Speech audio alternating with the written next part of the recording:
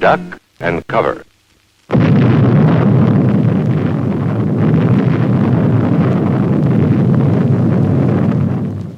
Hello and welcome to Surviving Classical Music. I'm Andrew Byrne. And I'm Mara Winter. And today we are talking, at least first, about crowdfunding. Because Phaedrus, your ensemble, is crowdfunding its first album. That's right. All right, so let's start right down to it. Do you like crowdfunding? My God.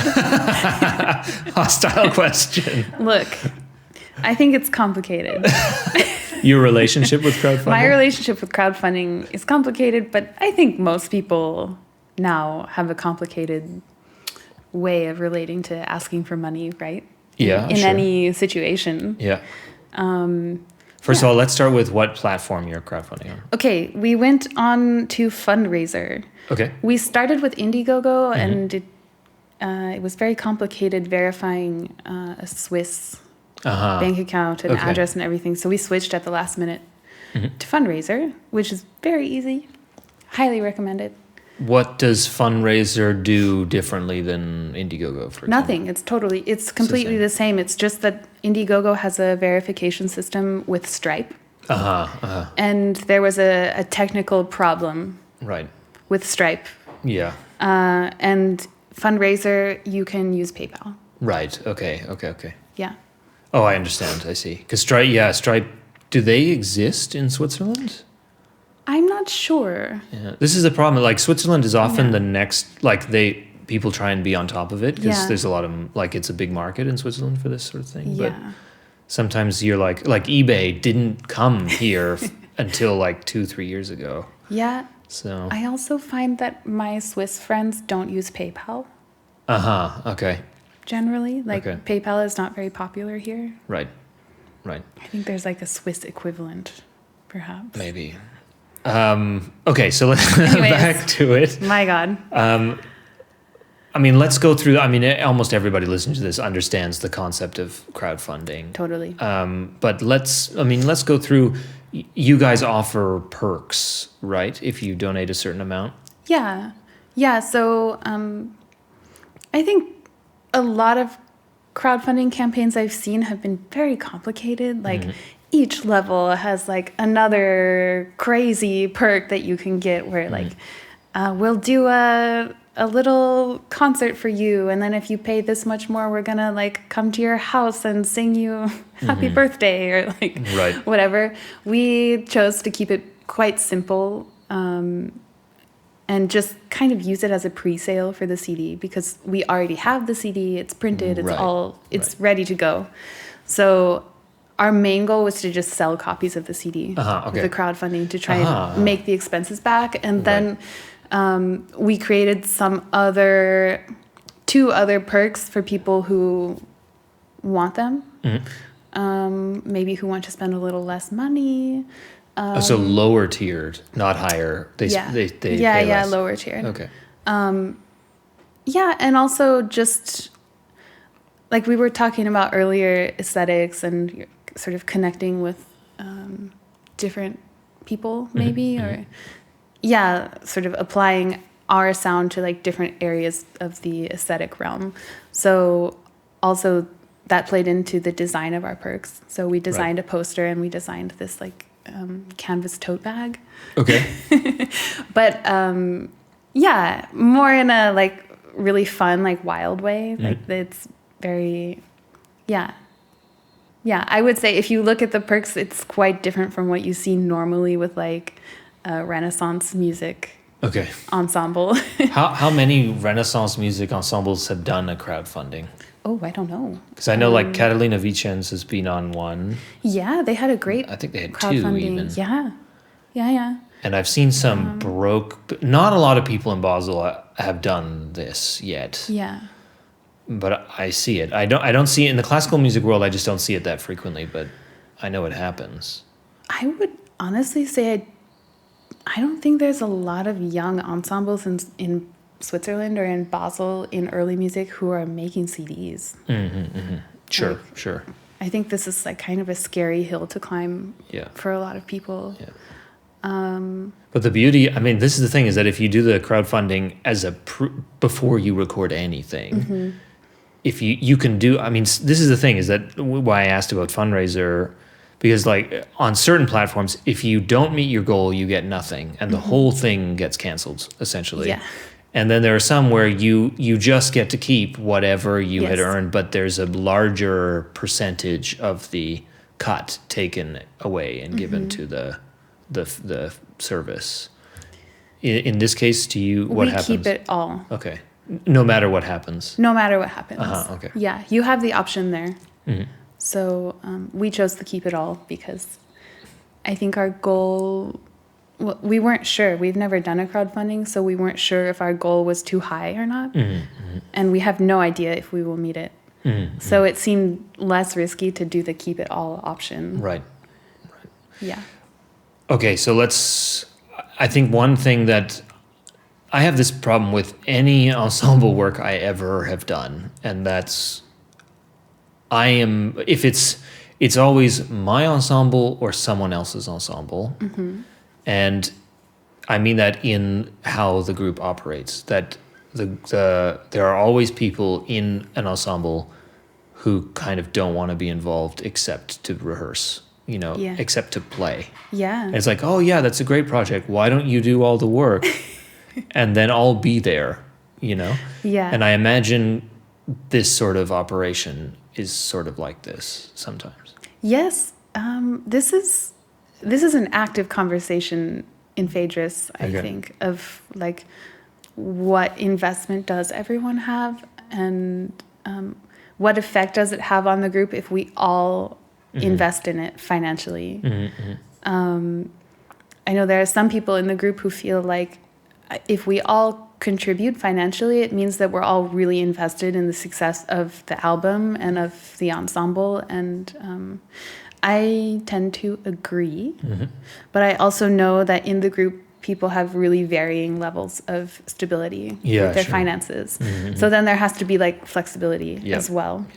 And then what happens if you kind of like invite a guest into the group for a project and they're not like a fixed member, then do they also have to like pay into it or not? So in this album, we kind of started as everyone kind of putting in an equal amount. And then as the expenses grew, when we initially talked about doing the crowdfunding, we were still on this mutual understanding that we would all contribute equally.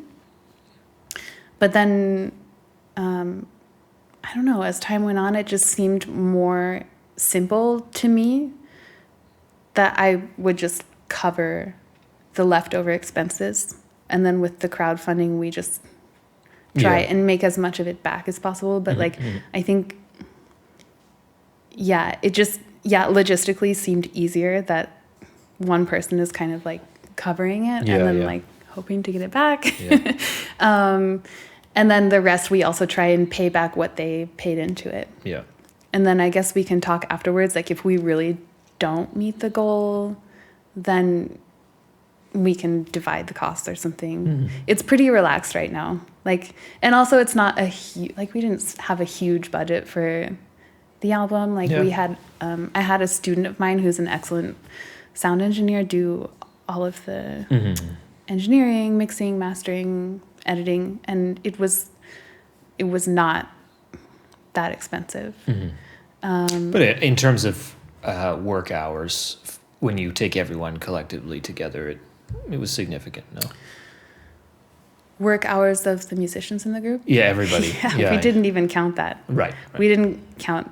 Yeah, I mean, it wasn't. It didn't cost more. Like didn't cost a huge amount, but it was a lot of work. It was a huge investment. Yeah. I mean, just in terms of time and energy. Right. I think that is a way that can also motivate the members of the ensemble to keep the momentum as well. So now with the crowdfunding, in terms of this same concept, work hours, to advertise this whole thing, is it as difficult is not the word. Is it as intensive as you thought it would be? in terms of promoting the fact that you have this crowdfunding, you know? Is promoting the crowdfunding Yeah. as intensive? Yeah.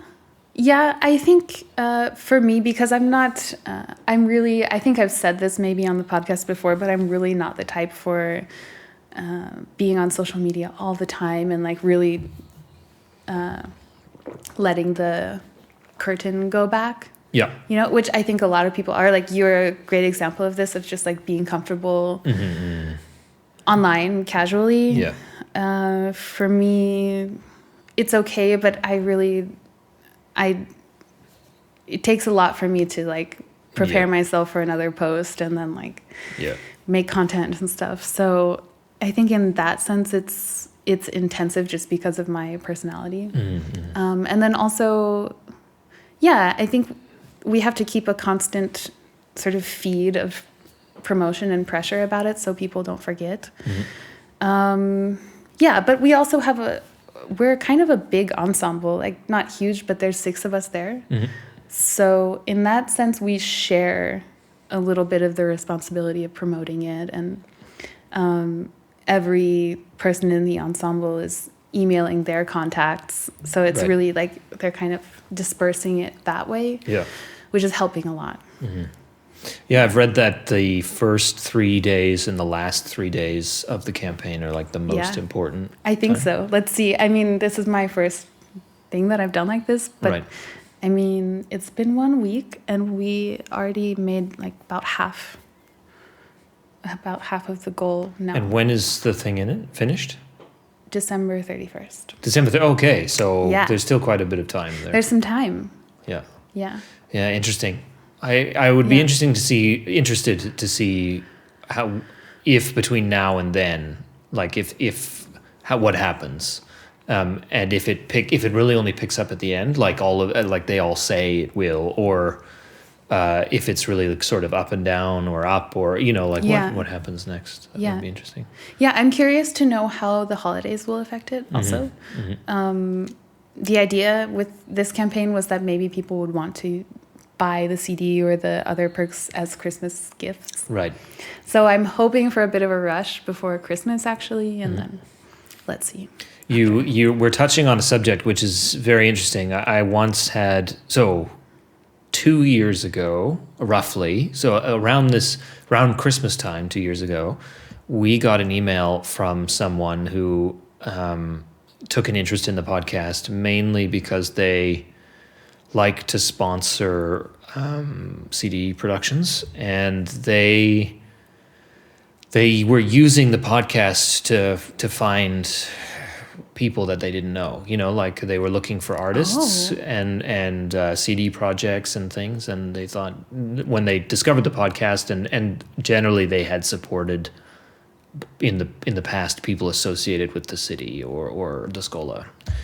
And I'm not exactly sure how they found us, but in any case, they had said, could I please encourage people to use crowdfunding as a way of getting a project going, because they felt that it was much more, maybe not transparent, but there was a transaction taking place, that when they got the perk, they were supposed to get the stuff that comes with the perk, whereas sometimes, I'm not sure if it actually happened to them at all, but I think that there was a concern that if they just sent a bank transfer of money to some person who said, I'm making CD, that might never materialize into a CD. So it's an accountability thing. Yeah, I think that was Interesting. it. So, and I think they felt like the platform itself, it doesn't, even the platforms when you donate money, it says like they are not obligated, like something, the campaign may proceed, but you're not guaranteed to get the perk, It says that on Kickstarter for sure. Yeah, it's true. It does say that on Fundraiser. You can say that. Yeah, so in any case, there is at least some pressure to receive, to give, as you as the artist, to give the thing that you promised that you would give. I think one thing which certainly my parents have complained about when supporting other projects is that actually the perks never arrived, and that was a real bummer. Not classical music related. Okay. other band Oh related no. stuff. So I would definitely say if you were thinking about it and you really were considering it, then definitely make sure that the perks get out there. Oh, you know? yes. No problem. Not to say that you guys would not. I totally believe that you would do it. But anybody listening, if they were considering it, like that's really a commitment. Yeah. When you put it there. I think with the crowdfunding, it's also a great way to promote your project, like especially with the CD, especially if it's already made. You know, for us, it's also a tactic to like get people a bit more excited about the album in our own network, and hopefully, yeah, a bit more motivated to like engage with what we did. Also, the beauty of those platforms is that they're just like they're like an archive, right? So you can, or an index, I guess. You can just look music, classical music, or music, whatever, and find your genre, and then bam, there's a project that you might be interested in. I think on some of these platforms there are people who just go to the platform to see what's going on. Do you frequently fund projects? I actually just funded a camera lens. Okay. Okay, but I never did it for. Actually, that may have been the first, maybe the second, but the second, if I did one before, it was for almost nothing. It was for like 5 francs or something. Okay. Oh yeah, it was. It was for someone making their album in Canada, and I gave them $20. And did you get a perk from that, or was I it just? didn't ask for one. Yeah, you just gave it. I just gave it. Yeah, I'm surprised there's more people on our crowdfunding campaign just giving money and not asking for anything, which is interesting. And people that I don't know. I don't know where they came from. Yeah. So crowdfunding is very strange. Yeah. Yeah, and I have to say now from my observations of who is giving money, other musicians score the lowest. They're not. Yeah. There's like no interest. Yeah. I think. Yeah. But I mean, that's the thing. I mean, the point of a crowdfund is to reach beyond the economic circle of the colleagues. Yeah, I think so. But then, if that's the case, why include like lower levels of contribution? I think that's for people who want to support you. I don't think that's colleagues. I think that's people who want to support you, but who don't necessarily want to buy a CD, you know? Yeah. So that's interesting. I mean, the thing is, I make a lot of comments about how you don't market towards your colleagues. Don't even think about your colleagues when you're doing something.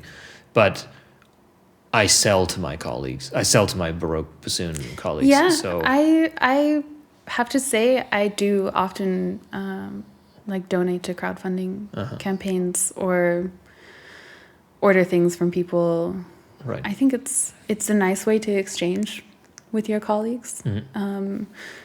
With Phaedrus, we haven't experienced that yet, but with Discreet, the record label, it's definitely a forum for exchange between other people in the experimental music field. Right.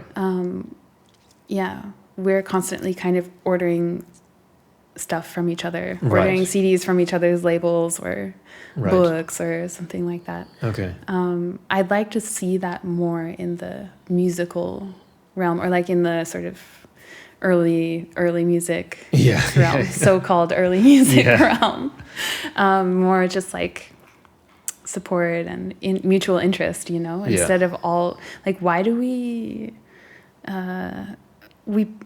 post so much on social media and in a way that probably only our colleagues will see, but we don't reciprocate for each other in a way. No. And to all of you potential future guests to this podcast, you better share this episode. Yeah, like you could just share, even just sharing it, you know, it's quite nice. And I think that's difficult, especially, you know, you have a lot of people who will say like, oh, I'm not on social media, but they're scrolling. Yeah, they are. And and like, oh, I'm just not on social media that much, and oh, I only share things that I, or whatever, like and then they mumble off. The rest of the time, they're just hate scrolling. Yeah.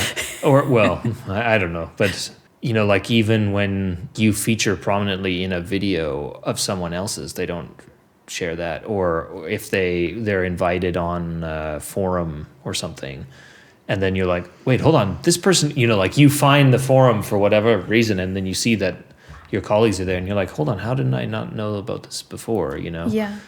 And that's what I don't fully understand. Like if our Facebook feeds or whatever, if our our profiles are like our new CV, then everything's got to be on there. And especially if you're doing something which is maybe a communal activity, or a something which may not be only yours, that only validates you. No? Yeah. I'm not sure.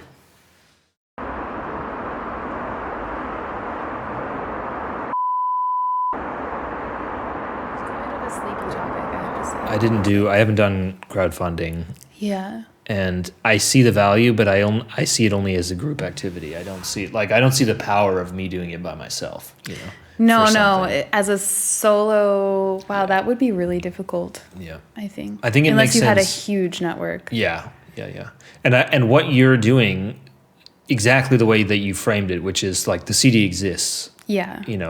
But if you want to buy it, this is a way you can. Yeah. This is exactly how Kickstarter makes most of its money. It's like selling tech, which is released for the first time on Kickstarter. Yeah, I would even say if we hadn't been releasing the CD with a label, we would have even done it differently. Right. Because we would have been able to do a true pre-sale. But the thing is, since we're releasing it with a label, they still they have control over the digital release. Okay. So we couldn't sell. But you get the money of the hard CDs that you have yourself. Yeah. So the deal we made with them is that we bought a certain amount of CDs. Sure. Which we can do whatever we want with. Right. And then with the label, with Pasakai, we share 30% of the overall revenue. So that's physical and digital. But you get to keep all the profits of the CDs that you bought already. Exactly. Right. Okay. But that means that we couldn't include a digital download in our crowdfunding. Right. Because Pasakai, that's their realm. That's their thing. And it would be strange if we, we were just selling the digital album. As part of it. Well, but that's the whole point of the crowdfunding, is to support you, right? Support your group, and not to support the numbers of the whole project, right? Yeah. The numbers of the balance sheet of Pasakai. Do you know what I mean? I mean, we should support both. Yeah, of course. But the point is that you as part of the deal, you had to buy 500 CDs, 1,000 CDs, a lot of CDs. 300 CDs. Yeah. So you had to buy that, and it only makes sense for you to have done this deal if you sell those CDs.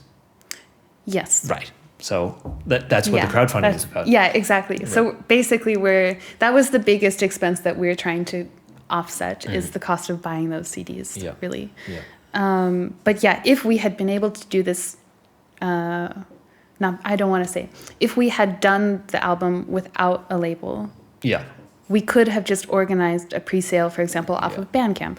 Right. Which is very smart for anyone thinking of doing an independent release of an album. Just go on Bandcamp. Right. Don't put your stuff on Spotify. Please, for sure. Please don't put your stuff on Spotify. No, or any of those streaming platforms. You're just stealing from yourself. Yeah. Or you're just letting these guys steal from you. Just go on Bandcamp and make your page, upload your album, and do a pre-sale. Mm-hmm. And then you just keep all of the money. Yeah. This would be my recommendation. If you don't release with a label, then it's complicated. Yeah, sure. Well, we've learned a lot already, have we not? Yes, I'm really eager to see how it goes. Yep. How the end of the campaign goes, and also how the actual release of the album goes later. Okay. In February. So that's it from us today. Thank you very much for watching or listening. Thank you, Mara. Thank you. And yeah, take it easy and see you later. Bye-bye. And if you haven't subscribed to our YouTube channel, go ahead and do that. Bye. And cut. Nailed it.